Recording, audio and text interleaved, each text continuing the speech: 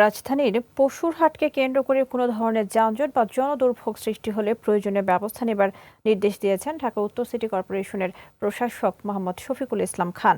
কোরবানির পশুরহাটের ইজারাদার ও সংশ্লিষ্টদের সঙ্গে মতবিনিময় সভায় তিনি এ নির্দেশনা দেন। ইজারার শর্ত ভাঙলে ব্যবস্থা নেওয়ার হুঁশিয়ারিও দেন তিনি। সঞ্জিত হাসনানের রিপোর্ট। আমাদের অনেক মা বোনেরা হাটে যায়, তাদের জন্য বাধ্যতামূলক একটা পিঙ্ক টয়লেট করে দিতে হবে। আসন্ন ঈদুল আজহা উপলক্ষে রাজধানীর পশুরহাটের ইজারাদার ও সংশ্লিষ্টদের সঙ্গে মতবিনিময় সভার আয়োজন করেন ঢাকা উত্তর সিটি কর্পোরেশন। যিনি সবচেয়ে বেশি দরদাতা হিসাবে নির্বাচিত হবে এবং শর্তগুলি মানবে এবং তার কাগজপত্রের যেগুলি ঘাটতি না থাকে।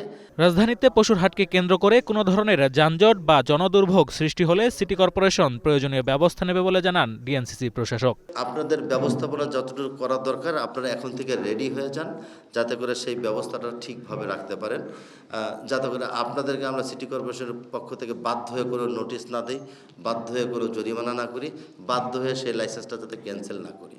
অতএব সেই ব্যাপারে আপনারা নিজের আগে প্রস্তুতি নিয়ে ফেলেন। পরিবেশ ও জনস্বাস্থ্যের উপর যাতে নেতিবাচক প্রভাব না পড়ে তাই হাট থেকে প্রতিদিনের বজ্র প্রতিদিনই অপসারণ করার আহ্বানও জানান তিনি।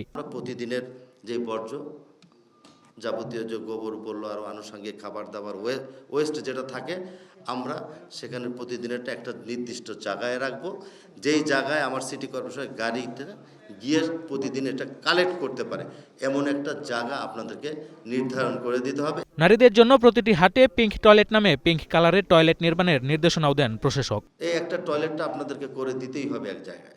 হ্যাঁ, এটার নাম দিবেন পিঙ্ক টয়লেট, শুধুমাত্র মহিলারা ব্যবহারযোগ্য। Sanjit Hasnat, green news, Dhaka. এটার থেকে আসছে পিঙ্ক, তার জন্য পিঙ্ক।